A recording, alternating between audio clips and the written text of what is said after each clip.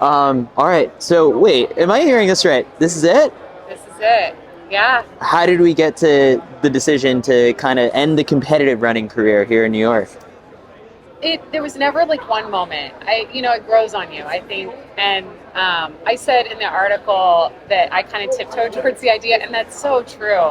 I think after the track, that's when you start thinking like, oh, when am I going to be ready to be done?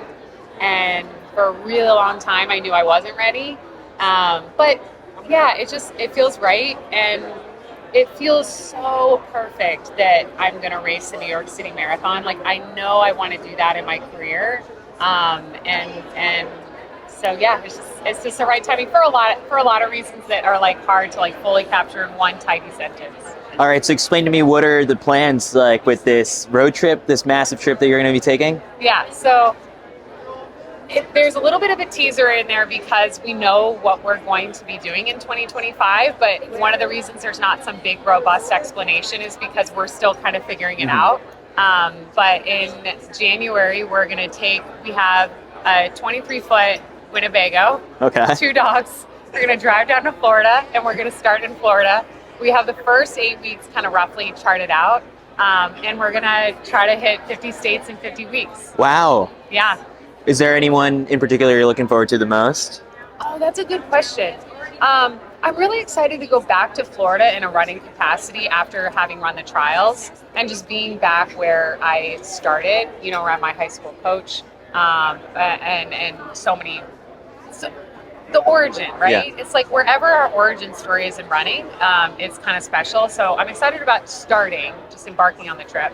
I don't know that I haven't had enough time to really think about. I think there's something about every place, either because I've been to that state and I know it, or because it will be totally brand new and I know nothing about it. One of the things I'm most excited though is I've lived a lot of my life kind of privately, and I'm really excited to like finally really open up and interact with people and ask for a lot of people's input. So when I'm training for the 1500 or I'm training for the marathon, I want my coach's input, 3 other people's input, and that's it. And so now I'm really going to open up and say, if you live in this particular area of our country, you tell me where to go. So we're excited to source a lot of our trip off of that. So as you reflect on, your professional running career, obviously, like you and I have probably unpacked like your track career. What have you learned, I guess, the most about just like this roads chapter and like, it wasn't as easy as just sort of like translating PRs on the track to, instant success on the roads? I've learned a lot. I've learned it is totally different. I mean, they're really 2 different sports, more so than I even probably respected at the beginning of this. But I have learned so much that I think I'm still processing and unpacking some of that. And that's one of the things that's going to be amazing about this year on the road.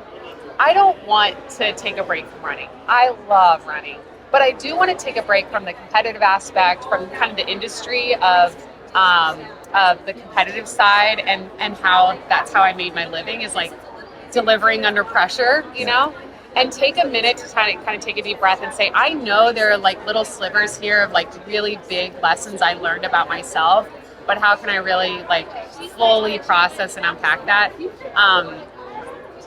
One of the things that Marathon has done that I really appreciate is, while it's been totally humbling as a competitor, it's really broadened my access to like relationships in the sport. So many people run the marathon, and it's so difficult, no matter whether you're trying to break 4 hours or you're trying to break 2:30. The journey is similarly arduous, and that connection is just really, really special. It's what I loved about the mile in the track, because most people have run a mile, that you can connect with people, but there's even more opportunity to connect with people on that kind of marathon journey. So more to say about all of that, but that's a little taste. So you had wine glass half, that went well. Yeah. And then, so the storybook ending to like any top athlete's career, like it's not riding off the sunset after like a championship, but for how are you visualizing the feeling you hope to feel, I guess, like at crossing the finish line on Sunday? Like how are you picturing that moment? I am a true competitor, like through and through. So for me, New York is another like really serious race. And I don't see, I mean, I know this is easy to say, but I really don't see the finish line any differently than I did the trials or Boston or, you know, all the other races.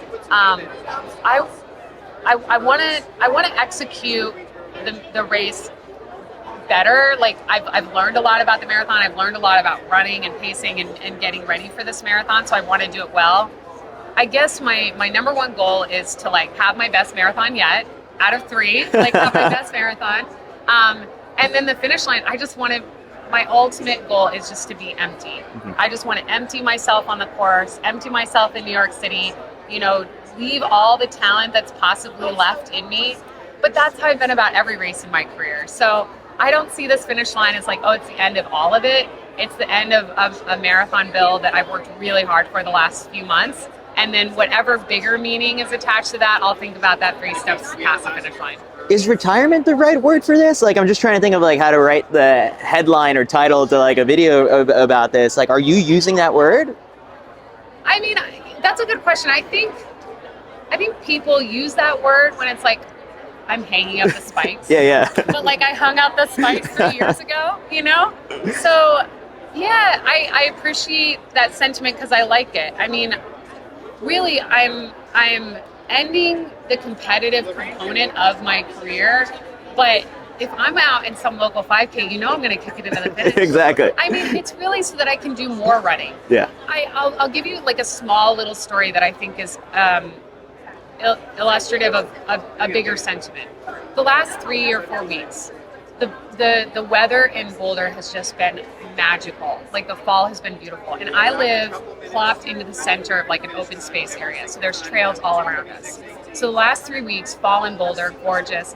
We have all these trails and I haven't wanted to run the trails because I don't want to like twist my ankle before the New York City Marathon. And I'm just ready to be done like making those choices. Like I want to go out and fully embrace and explore all the weird subcultures and all the wonderful places that running can take me to.